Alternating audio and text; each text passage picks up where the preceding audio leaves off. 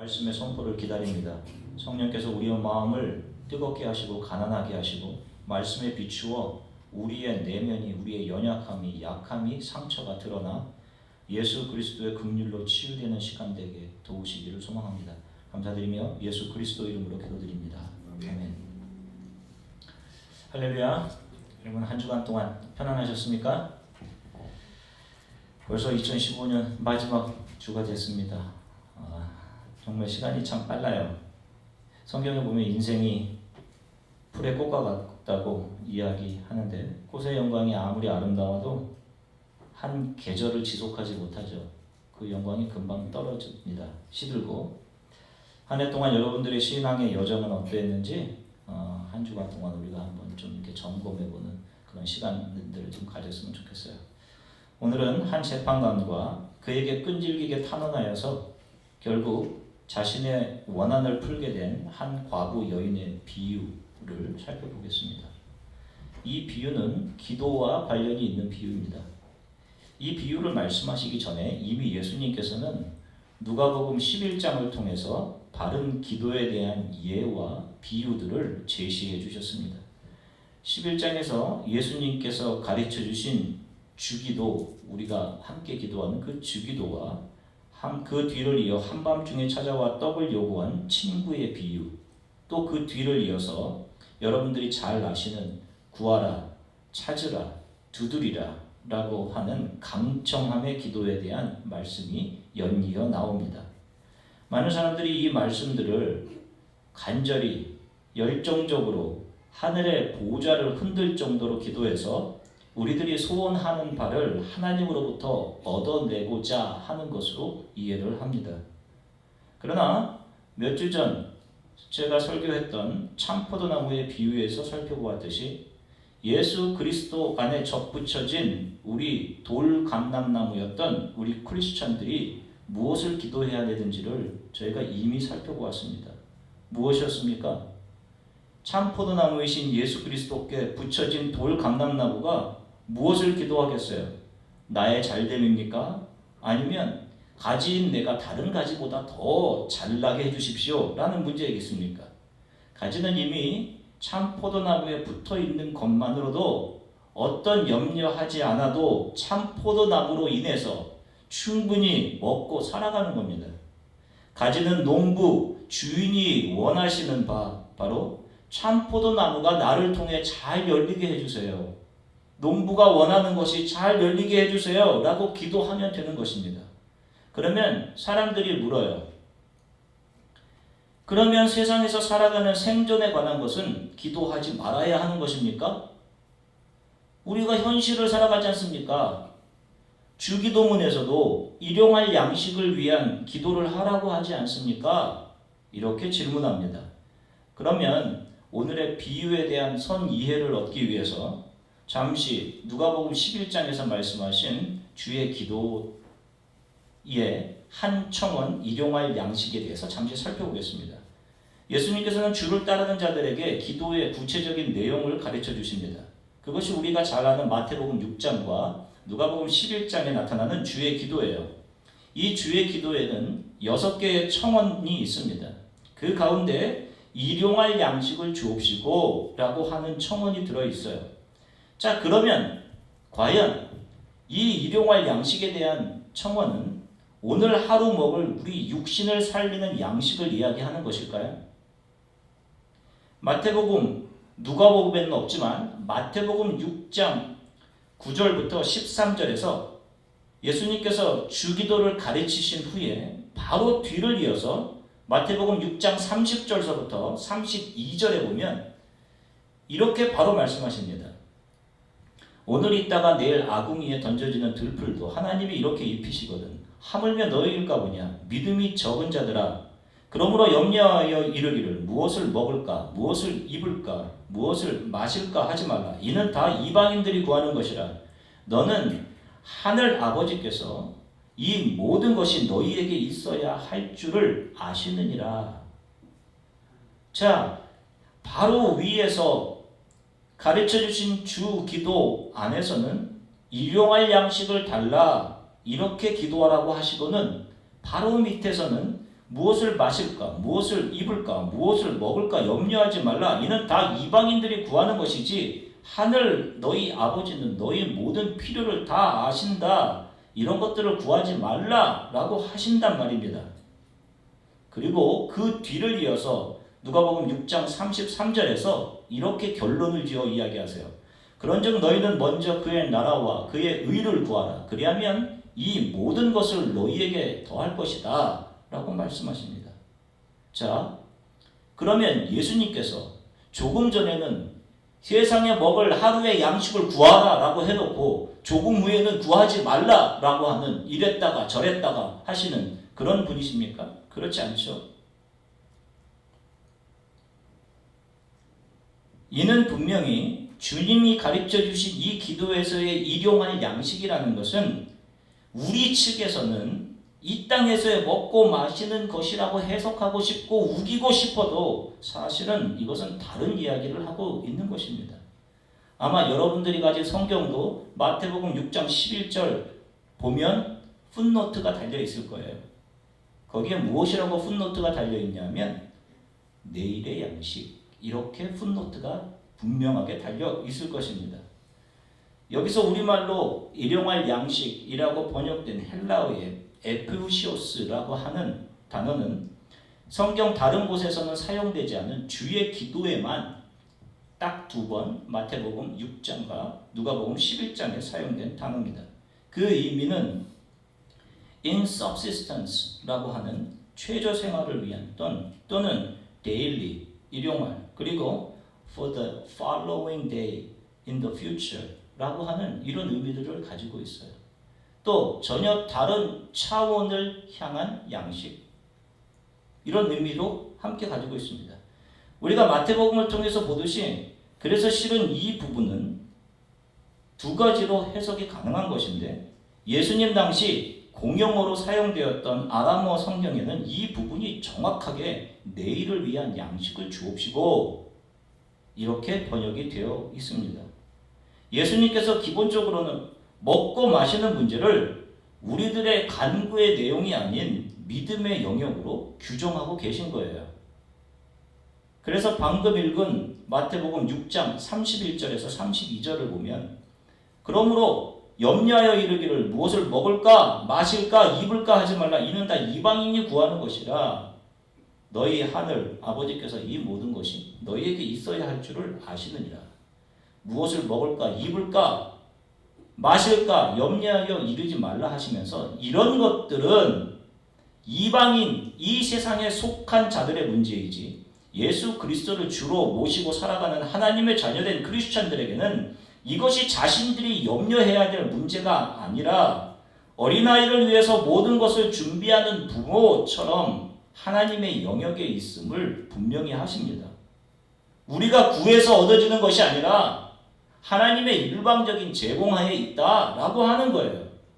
그리고 이런 것에 대해 염려하고 이루어 구하고 하는 행위를 오늘 마태복음 6장 30절 통해서 오늘 있다 내일 아궁이에 던져지는 들풀도 하나님께서 이렇게 입히시거늘 하물며 너희일까 보냐 믿음이 적은 자들아 라고 하시면서 이 세상의 것들로 염려하고 먹고 마시는 문제를 구하는 자들을 믿음이 적은 자들로 규정하시는 거예요. 주의 기도에서 일용할 양식으로 번역된 것은 육신을 위한 오늘의 먹고 마시는 그 양식을 의미하는 것이 아니라 내일의 양식을 의미하는 것입니다. 내일의 양식. 그러면 내일의 양식은 무엇인지를 우리가 살펴볼 필요가 있어요. 우리는 구약을 통해서 이것을 알 수 있습니다. 여호와 하나님께서 이스라엘 백성들에게 내일의 양식을 주신 적이 있습니다. 바로 이스라엘 백성들이 광야에 있을 때예요. 출애굽기 16장을 보시면 광야에서 이스라엘 백성들이 하나님께서 주신 약속의 땅에 대한 소망을 잃어버립니다. 그 소망을 잃어버리고 먹고 사는 문제로 모세를 원망하고 오히려 종되었던 애굽 땅을 추억하면서 불평할 때 하나님께서 그들에게 공급하셨던 것이 바로 만나입니다. 만나. 특별히 하나님께서는 6째 날에는 항상 이틀치의 만나를 그들이 퍼가서 7일째 바로 내일 안식일을 위한 필요한 양식까지 함께 준비할 수 있게 해주셨어요. 그리고 하나님께서 약속의 땅, 하나님께서 약속하신 그 땅을 밟는 순간까지 조금 더 예외 없이 하나님께서는 그들이 6일째를 이틀치의 음식을 제공하여 주심으로 그 음식을 통해서 다음 날 안식일을 조금도 부족함 없이 예비할 수 있도록 만나를 공급하셨습니다. 여러분, 저와 여러분 성도들은요, 이 땅에서 6째 날을 살아가고 있는 사람들입니다. 그리고 막 우리 앞에는 영원한 안식의 날, 완성될 7째 날을 향해 저와 여러분들이 믿음의 행보를 진행해가고 있는 거예요. 그러면 지금 저와 여러분들이 실존하며 살아가고 있는 이 현재 6째 날, 하나님께서는 우리들에게 영원한 안식을 위한 양식을 준비하셔서 이미 우리들에게 영원한 안식을 바라보고 그 땅에서 먹을 양식을 이 땅에서 이미 공급해 주고 계신 것입니다. 그 양식이 바로 무엇이냐? 바로 예수 그리스도라는 것입니다. 이것이 요한복음 6장 48절부터 58절에 기록되어 있는 내용이에요. 예수께서 이렇게 자기 자신에 대해서 선포하십니다. 내가 곧 생명의 떡이라. 너희 조상들은 광야에서 만나를 먹었어도 죽었거니와 이는 하늘에서 내려오는 떡이니 사람으로 하여금 먹고 죽지 아니하게 하는 것이니라. 나는 하늘에서 내려온 살아있는 떡이니 사람이 이 떡을 먹으면 영생하리라. 내가 줄 떡은 곧 세상의 생명을 위한 내 살이니라 하시니라. 아멘. 그 하루를 위해 제공되었던 하늘의 만나를 먹은 자들이 예수님께서는 지금 다 어떻게 되었다고 얘기하세요? 그 심지어 하늘에서 내려준 하늘을 위한 만나 먹은 자들이 다 죽었습니다. 그런데 생명의 떡인 예수를 통해서 무엇이 주어진다라고 얘기하십니까? 영생, 영원한 안식, 구원이 주어진다라고 하시는 겁니다. 생각해 보십시오, 여러분. 왜 내일의 양식을 구하라 이렇게 하실까요? 만일 우리의 앞에 영원한 안식, 장차 도래해야 할 하나님의 나라가 없다면 우리들에게 이 기도를 줄 이유가 없는 겁니다. 우리 앞에 도래해야 할 하나님의 나라, 영원한 구원이 없다면 내일의 양식을 구할 이유가 없는 것이에요. 이스라엘 백성들이 6째 날 바로 내일의 양식을 가짐으로 그들은 이미 6째 날에 안식일에 대한 소망과 그 실존을 붙들고 살 수 있었습니다. 우리들이 지금 이 땅에서 6째 날을 살아가면서 지금 우리들에게 양식으로 주신 예수 그리스도를 붙들고 이 땅에서 장차 올 하나님의 나라, 그 영원한 나라를 소망하며 그리고 그래서 기뻐하며 그 양식으로 저와 여러분들이 오늘 하루를 살아가는 것입니다. 눈에 보이는 우리들의 육을 살찌우는 그러한 양식을 이야기하는 것이 아니란 말이에요. 우리는 생명의 양식인 예수 그리스도로만 살아가는 자들입니다. 우리가 찬양으로 고백한 것처럼. 그리고 이 양식을 가지고 6째 날인 현실을 살아가면서 이미 우리는 우리 앞에 놓여진 우리가 장차 들어가게 될 영원한 하나님의 나라, 영원한 구원을 우리 안에 담아서 소망하고 누리면서 그 안에서 오늘 하루 마라나타라고 하면서 기뻐하면서 살아갈 수 있는 겁니다. 주기도를 통해서 일용할 양식을 구하라고 하신 것은 육신의 양식이 아니라 우리들에게 영생을 주시는 생명의 양식, 이 땅에서의 수많은 유혹에도 우리들에게 장차 영원한 양식, 하나님의 나라가 도래할 것을 확신하며 주 예수 그리스도로 살아가도록 주 예수 그리스도를 구하며 예수로 힘입고 살아가라는 의미가 그 안에 담겨져 있는 것입니다. 예수님의 기도에 대한 이러한 선이해를 바탕으로 오늘 한 재판관과 과부의 비유를 짧게 보겠습니다. 오늘 한 재판관과 과부의 비유는 우리들의 기도로 하나님을 조르면 하나님께서 그 기도를 들어서 반드시 응답하신다라고 하는 그런 단순하고 우리의 행위로 하나님의 긍휼을 얻어내자는 그런 인과 응보의 주제를 다루고 있는 그런 비유가 아닙니다. 하나님의 긍휼은 저와 여러분들이 무엇을 하고 하지 않고에 의해서 더해지거나 감해지거나 하는 것이 아니에요. 그분의 긍휼은 어떠한 조건에 의해서가 아니라 일방적으로, 오히려 우리가 더 연약하고 부족할수록 일방적으로 부어지는 것입니다. 오늘 이 비유에서는 하나님을 두려워하지 않는 냉정한 재판관과 선하시고 긍휼이 풍성하신 하나님, 그리고 과부와 택자가 대조되면서 나타납니다. 이 구조를 통해서 이 비유 안에 담겨진 복음을 봐야 되는 것이에요. 이 재판관은 이 세상에서 두려워하는 것이 없는 힘있는 자, 오만한 자였습니다. 그런 자가 과부의 밤낮으로 강청하는 그 간절한 청원이 귀찮아서 그 소원을 들어줍니다.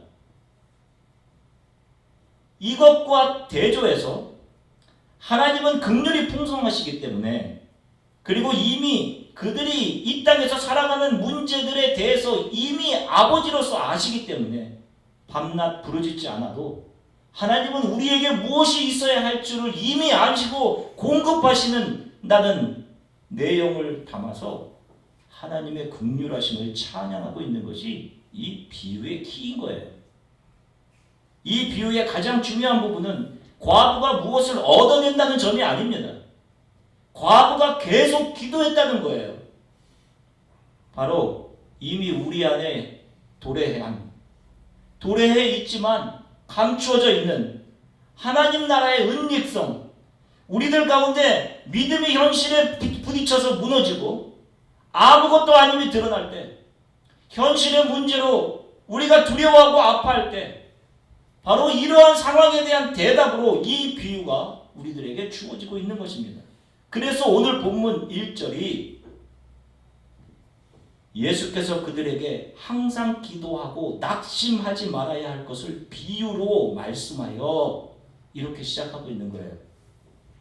살다 보면 현실이 우리의 믿음을 까맣게 잃어버리게 만드는 경우가 수도 없이 생깁니다. 하나님 나라에 대한 의심과 정말로 내가 믿음으로 붙잡고 가는 이것이 맞는 것인가 하는 생각이 수도 없이 들어요. 그리고 하나님이 이 불의한 재판관처럼 여겨지는 경우가 있습니다. 나의 필요들, 정말로 이것 없이는 내가 하루도 살 수 없었을 것 같았던 그런 것들이 삶의 하루하루에서 나를 너무도 우리를 두렵게 한단 말입니다. 게다가 여러분은 어떠세요? 여러분들의 믿음이 현실에서 어떻게 드러납니까? 나의 믿음은 왜 이렇게 형편없는지 늘 보이는 현실 앞에 점령당하고 걸핏하면 세상과의 사랑에 빠지고 하는 자기 자신의 믿음에 실망하고 그로 인해 애통합니다. 이런 현실에 부딪히고 그런 상황 속에서 나의 모습이 드러날 때 우리들이 하는 것이 뭐냐면 낙심입니다. 낙심. 바로 이 자리에서 우리들에게 필요한 것이 믿음이고 기도라는 것을 이 비유가 그려내고 있는 거예요. 이 비유의 핵심은 말씀드렸듯이 과부가 무엇을 얻어내고 하는 것이 아니에요. 낭망하지 않고 낙심하지 않고 기도해 갔다라는 데 있는 것입니다. 그러니까 이 현실 속에 감추어진 하나님의 나라의 실제를 믿고 확신을 가지고 항상 기도하며 특별히 보이는 육의 것을 추구하며 사는 것이 아니라 생명의 떡이신 주 예수를 날마다 구하며 인내로 그 하나님의 나라를 기다리며 살아가야 된다 하는 것을 그림으로 보여주는 것이 이 비유입니다. 하나님의 나라는 이 세상 속에 감추어져 있습니다. 그래서 사람들은 낙심할 수 있어요. 보이지 않으니까. 그러나 그 감추어져 있는 것을 믿음이라는 것으로 파헤쳐서 그 가치를 발견한 자들만이 그 안으로 들어오는 것입니다. 여러분, 아무나 이 하나님의 은혜 안으로 들어올 수가 없어요. 기도로 그 현실에 그 가치를 현실에서 끝까지 붙드는 자들은 지금까지 자신의 인생에서 최고의 가치로 여겼던 자기 자신을 내어 던져버릴 수 있는 겁니다. 이 숨겨진 하나님의 나라를 보지 못한 자들과 기도로 날마다 이 가치를 붙들지 못하는 자들은 절대로 자신의 것들, 자신의 삶에서 자기 스스로가 주인됨, 이것을 절대로 내려놓을 수 없는 겁니다. 아무리 내가 입으로 믿습니다 해도 절대로 그렇게 못해요. 이 하나님의 나라의 가치를 발견한 자들이 자기 자신을 죄인, 깨지기 쉬운 질그릇, 흙그릇으로 인정하는 것이고, 그 자신의 삶 안에, 그 흙그릇 안에 보물 예수를 담고 감격하며 살아가는 것이 신앙이에요.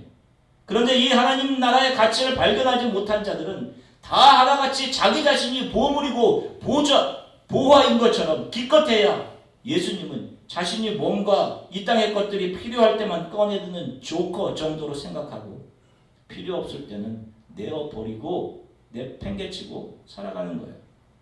그러므로 오늘 이 비유가 정확히 말해주고 있는 것은 하나님의 나라가 분명하게 온다라는 것입니다. 그리고 그 나라를 소망하며 기도로 인내하며 이 땅에서의 삶을 근신하며 절대로 낙심하지 말고 살아가라 라는 거예요. 따라서 기도라는 것은 우리들이 이 땅에서 살아가는 필요들이나 어떤 리소스들, 조금 더 내가 윤택하게 살아가기 위한 그런 것들을 구하는 것이 아니라, 또 우리의 어떤 세상적인 소원을 성취하거나 우리들의 꿈이나 야망을 얻어내기 위한 것에 사용되는 것이 아니라, 이런 야망들이나 세상에 속한 소원들이 나를 쥐어짜서 그런 것 없이는 살 수 없을 것 같은 두려움을 주어서 그런 것들을 구하고 기도해서 얻어내려고 하는 마음이 들 때마다 그 마음을 다잡아서 영원한 생명이신 예수 그리스도를 기억하고 오직 그분만이 나를 살리시는 영원한 생명의 공급자이심을, 오늘 나를 살아가게 하시는 힘이심을 믿고 오직 그분만을 구하고 그분만을 만족하며 그분만을 기도하고 신앙의 길을 가라고 우리를 권면하고 격려하는 거예요. 그러면 오늘 여기 등장하는 본문의 7절 보시면, 하물며 하나님께서 그 밤낮 부르짖는 택하신 자들의 원한을 풀어주지 아니하시겠느냐, 그들에게 오래 참으시겠느냐. 자, 여기서 말하는 원한이라는 것은 무엇을 말하는 걸까요? 여기서 과부는 택자를 가리키는데, 이 택자들에게 원한이 있다는 것이 이해가 됩니까? 70번씩 7번이라도 용서해야 하는 존재들이 성도들인데 무슨 원한이 있겠어요? 성도들에게? 성도는 이 땅에서 자기 자신을 내어주기 위한 존재로 살아가는 사람들입니다. 겉으로 볼 때는 다 손해보는 자로 살아가는 거예요. 저와 여러분들이. 예수님이 그러셨습니다. 예수님이 왕으로 등극해서 자신들도 뭔가 한 자리 하겠지, 이 땅에서 영화를 누리겠지 라고 기대했던 자들에게 예수님께서 나는 죽으러 왔다, 내 몸을 내어주러 왔다 라고 하시니까 제자들이 다 떠나갔어요. 그리고 남은 12제자들에게 물으십니다. 너희들도 가려느냐? 그때 베드로가 뭐라고 합니까? 영생의 말씀이 여기 계신데 우리가 어디로 가겠습니까? 라고 한단 말이에요. 결국 세상은 그 베드로도 죽였습니다. 아니, 베드로는 세상에 자기를 내어준 거예요. 영원한 자기 앞에 놓여진 구원을 바라보면서. 그렇게 죽은 자들이 자기를 죽인 사람들을 원망하겠습니까? 예수님도 돌아가시면서 아버지여 저들을 용서해 주십시오, 자기들이 하는 것을 알지 못합니다 라고 용서하고 가셨고, 스테반도 똑같이 돌에 맞아 죽으면서 저들을 용서해달라고 하면서 눈을 감았어요. 그런데 무슨 원한이겠습니까? 이 원한이라는 것은 하나님을 모르고 죄 속에서 살아가는 이 세상의 모든 사람들과 모든 상황들, 죄악된 것들을 향한 원한이에요. 특별히 내 안에서 일어나는 죄악된 모든 것들. 이 세상의 것이 채워지면 내가 행복할 것이라고 생각하며 살아가는 내 모습을 볼 때마다 아픕니다. 내가 또 이렇게 세상을 살아겠구나 라고 하면서. 이것이 우리 크리스천들이 아파하고 가슴 아파해야 될 원한들이에요. 그렇다면 과부의 원한, 택자의 원한, 내 안에 남아있는 여전히 이 세상의 것들을 사랑하고 그것들을 따라가며 살아가는 내 안에 있는 마귀적인 속성, 내가 가진 알량한 지혜로 하나님의 모사가 되려고 하고 하나님을 판단하려고 하고 늘 내 중심적이고 늘 교만한 나, 이것을 좀 고쳐주십시오 하는 것이 바로 과부, 택자들이 간절히 기도해야 되는 원한을 풀어주십시오 라고 하는 기도의 제목들인 거예요. 그래서 내가 그렇게 이것 주세요, 이것 좀 채워주세요 하던 이 세상에 갈망하던 내 안의 마귀적인 속성이 발견되어서 그것이 너무나도 안타깝고, 또 그것에 속는 내 자신이 안타까워서 내 안에 있는 욕망, 세상을 사랑하는 것들, 내 교만한 것들을 성령님 가져가 주십시오 하는 것이 바로 택자의 간절한 기도의 내용인 것이에요. 그러니 하나님께 간절히 구해서 하나님의 보좌를 움직일 정도로 기도를 해서 내가 이 세상에서 내 이름을 빛내고 잘 살아갈 이 세상의 것들을 이루고 그렇게 좀 내 이름 내면서 이 세상에서 번듯하게 살아가자라고 하는 해석과 이해와 추구들이 얼마나 예수님께서 우리들에게 보여주신 이 비유의 본래 의도에 반대되는 180도 반대되는 해석이고 이해였는지를 우리가 알게 되는 겁니다. 그런 것이 아니에요. 오히려 그런 세상의 욕망, 그런 것들을 구하는 나를 고쳐주십시오. 주 예수만 붙잡고 살아가게 해주십시오 라고 하는 기도를 하라고 하는 것입니다. 사랑하는 주안의 교회 성도 여러분, 세상에서 손해보고 잃어버리는 자들로 드러나십시오. 저와 여러분들은 이미 이 세상에 도래되어서 그렇지만 은닉되어 있는 하나님의 나라를, 그 가치를 발견한 자들이에요. 아멘. 믿음으로 그것을 붙들고 가고 있는 중입니다. 이 세상에 무엇이 이 가치보다 귀할 수가 있습니까? 내 안에 있는 세상을 향한 욕망이 보일 때마다 기도하십시오. 주 예수만으로 충분합니다. 내일의 양식, 생명의 양식 주 예수 그리스도, 예수 그리스도로 살아가게 해주십시오. 사랑하는 성도 여러분, 많이 기도하십시오. 이 시대에 참 크리스찬을 만나기 많이 어려운 시대를 저와 여러분들이 살아가요. 여러분 많이 기도하십시오. 그리고 내 안에 연약함들, 약함들이 기도와 하나님의 말씀에 비추어 더 많이 드러나게 하십시오. 그리고 이것이 제 모습입니다. 이렇게 교만하고 이렇게 쓰러지고 넘어지고 약한 모습이 접니다. 솔직하게 하나님 앞에 여러분들의 모든 것이 드러나게 하십시오. 날마다. 그리고 그런 나의 연약함의 깊이만큼, 상처의 깊이만큼, 교만함의 깊이만큼 그 공간을 채우시는 하나님의 긍휼로 일어서서 살아가시기를 주 예수 그리스도의 이름으로 간절히 축원합니다. 기도하시겠습니다.